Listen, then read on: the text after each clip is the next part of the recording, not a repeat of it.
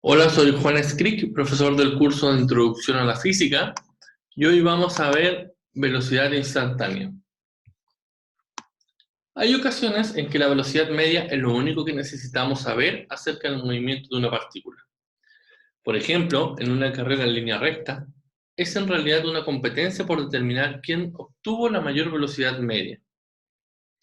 Para describir el movimiento en detalle, necesitamos definir la velocidad en cualquier instante o punto específico del camino. A esto es lo que definimos como velocidad instantánea. La velocidad instantánea es el límite de la velocidad media conforme el intervalo de tiempo se acerca a cero. Es igual a la tasa instantánea de cambio de posición con el tiempo. Si recordamos, la velocidad media era la variación en la posición dividido por la variación en el tiempo. Cuando el tiempo 1 y el tiempo 2 están muy próximos, decimos que el límite de delta t tiende a cero, y en ese caso, esta velocidad media pasa a ser una velocidad instantánea y se expresa como la derivada de x con respecto al tiempo. ¿Ya? Siempre vamos a suponer que la variación en el tiempo es positivo, es decir, que los hechos van a ocurrir en un tiempo posterior. Así que la velocidad instantánea tiene el mismo signo algebraico que la variación en la posición.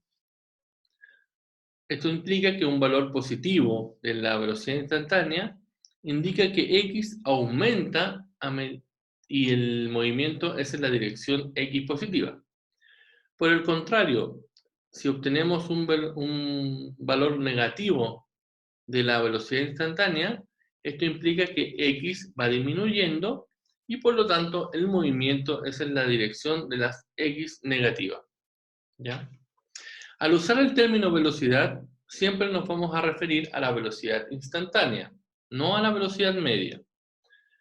Y siempre es importante recordar que tanto la velocidad media como la velocidad instantánea son cantidades vectoriales. Los términos velocidad y rapidez se usan comúnmente en el lenguaje cotidiano, sin embargo, en física tienen diferentes significados. La rapidez es una cantidad escalar, es un número. Denota la distancia recorrida dividida por el tiempo, con un régimen medio o instantáneo. De hecho, el símbolo v denota la rapidez instantánea, que mide qué tan rápido se mueve una partícula. La velocidad instantánea mide con qué rapidez y en qué dirección se mueve. Es decir, retomando, la rapidez es una cantidad escalar, la velocidad es una cantidad vectorial. La rapidez instantánea es la magnitud de la velocidad instantánea, así que no puede ser nunca negativo. ¿Ya?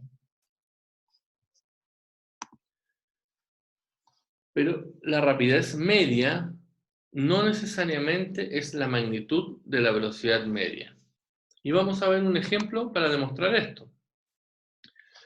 Cuando Alexander Popov estableció un récord en el año 1994 nadando los 100 metros en 46,74 segundos, su rapidez media se puede calcular fácilmente simplemente dividiendo los 100 metros por los 46,74 segundos, que nos entrega 2,139 metros por segundo. Esa fue la rapidez media de Alexander Popov. Sin embargo, estos 100 metros los realizó en una piscina que tenía una longitud de 50 metros. Esto implica que partió, llegó hasta el extremo y se devolvió. Por lo tanto, el punto de inicio y el punto final son el mismo. ¿Ya? Eso implica que el desplazamiento total es cero. La posición inicial y la posición final son las mismas. Y por lo tanto, la velocidad media es cero. Noten ustedes que la velocidad media es cero y sin embargo la rapidez media es 2,139 metros por segundo. Por lo tanto, a pesar de que la rapidez instantánea es la magnitud de la velocidad instantánea, no ocurre lo mismo con la rapidez media y la velocidad media. Vamos a dejar algunos ejemplos planteados que los vamos a resolver en otros videos. El ejemplo número 1 es sobre velocidades media e instantánea. Un guepardo acecha 20 metros al este del escondite de un observador, que uno puede establecer aquí como el origen. En el tiempo t igual a 0, el guepardo ataca a un antílope y empieza a correr en línea recta. Durante los primeros 2 segundos del ataque, la coordenada x del guepardo varía con el tiempo según esta ecuación. X es igual a 20 metros más 5 metros partido por segundo al cuadrado por el tiempo al cuadrado. ¿Ya? Las preguntas son obtener el desplazamiento del guepardo entre el tiempo 1 segundo y 2 segundos, calcular la velocidad media en ese intervalo, calcular la velocidad instantánea en t igual a 1 segundo, tomando variaciones de tiempo de 0,1 segundo, 0,01 segundos y 0,001 segundos. Y deducir una expresión general para la velocidad instantánea como función del tiempo, de manera que nos permite calcular la velocidad instantánea en 1 segundo y en 2 segundos. Es un problema que les dejamos planteado y lo resolveremos en un próximo video. ¿Cómo nosotros tomamos información sobre la velocidad? En general es a partir de las gráficas XT. Las gráficas XT no son otra cosa que un gráfico donde tenemos la ordenada en la componente X de la posición y la abscisa es el tiempo. ¿Okay? Por ejemplo, en este caso tenemos el comportamiento, ¿cierto?, de un vehículo que se mueve desde el punto P1 al punto P2. Suponemos que en P1 y en P2 la distancia es de 150 metros y el tiempo que ha transcurrido es de 2 segundos. Por lo tanto, la velocidad media, que es esta línea verde que aparece aquí, es de 75 metros por segundo. Nosotros podemos ir reduciendo el tiempo, ¿cierto? Y por lo tanto tenemos ahora que P1 y P2 están más cerca, la distancia recorrida es de 55 metros y el tiempo es de 1 segundo, por lo tanto la velocidad media es inferior a la anterior y es de 55 metros por segundo.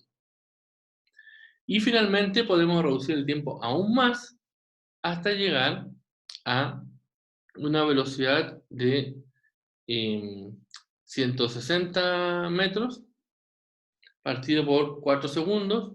En este caso, la pendiente entonces es la velocidad instantánea de 40 metros por segundo. ¿Okay?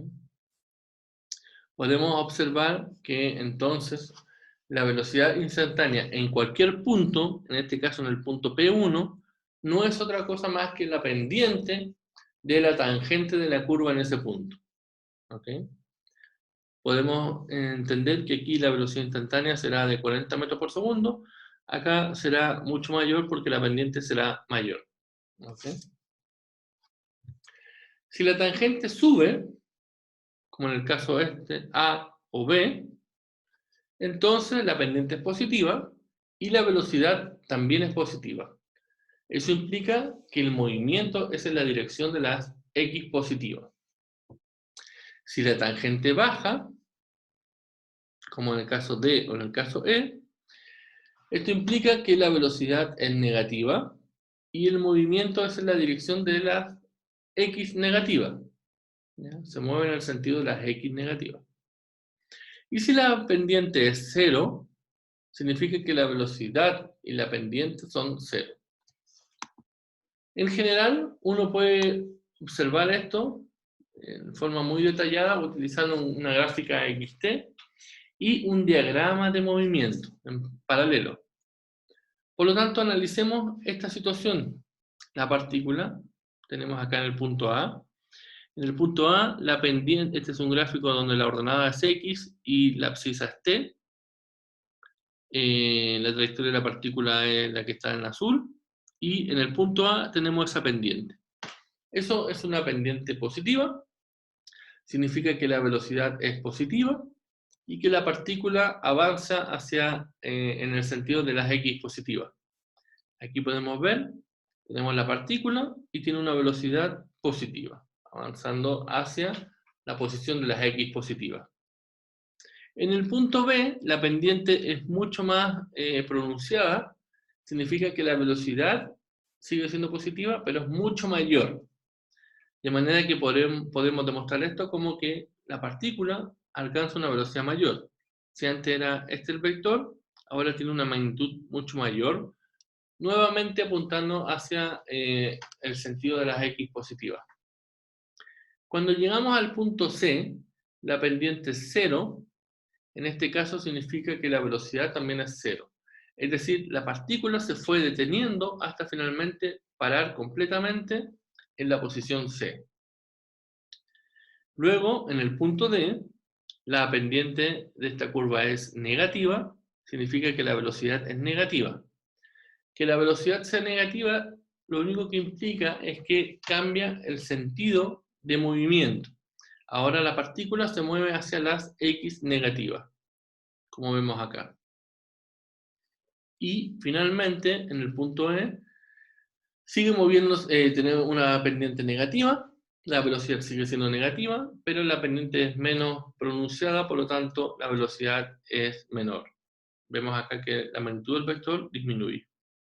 ¿Okay? Por lo tanto, siempre es importante realizar una gráfica XT junto con un diagrama de movimiento para comprender completamente qué es lo que está ocurriendo con nuestra partícula. Finalmente dejamos un problema planteado, que es de comprensión de la materia. Me dice, tengo una gráfica XT, similar a la anterior, ¿cierto? La pregunta es ordenar los valores de la velocidad instantánea de la partícula en los puntos P, Q, R y S, del más positivo al más negativo. ¿En qué punto la velocidad instantánea será positiva? ¿En cuáles será negativa? ¿En cuáles será cero?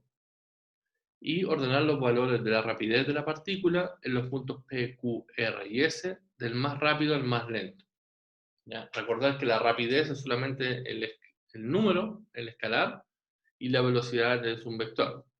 ¿Okay? Bueno, eso ha sido todo por hoy. Nos vemos en un próximo video.